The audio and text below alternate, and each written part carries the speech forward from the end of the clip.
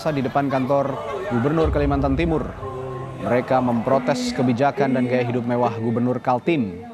Massa yang mengatasnamakan Aliansi Perjuangan Kaltim menggelar unjuk rasa di depan kantor Gubernur setelah sebelumnya berdemo di DPRD Kaltim. Massa memprotes kebijakan pengadaan mobil dinas Gubernur Kaltim senilai 8,5 miliar rupiah dan renovasi rumah dinas dengan nilai 25 miliar rupiah. Massa juga meminta penghapusan praktik KKN di lingkungan Pemprov Kaltim, serta meminta Ketua DPRD Kaltim Hasanuddin Masud menjalankan fungsi pengawasan terhadap kebijakan Rudi Masud, Gubernur Kaltim yang merupakan adik kandungnya. Akumulasi kekecewaan masyarakat, ya, dari segi cara memerintah yang kami anggap ini terlalu berpihak kepada dinastinya, walaupun beberapa jabatan seperti saudara-saudara dipilih secara sah, tapi itu sudah mencederai demokrasi yang kita inginkan, yang kita cita-citakan.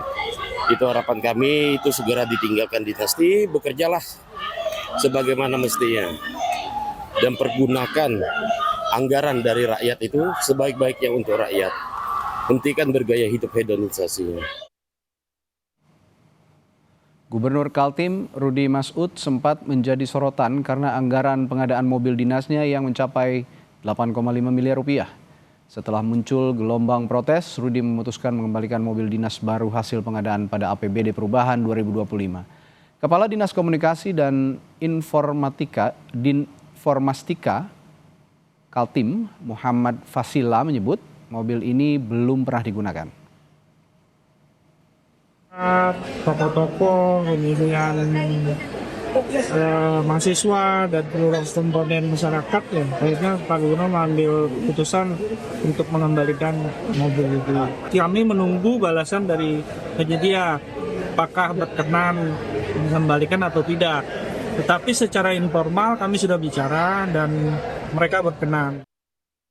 Selain soal mobil dinas, renovasi rumah dinas Gubernur Kaltim juga menjadi sorotan.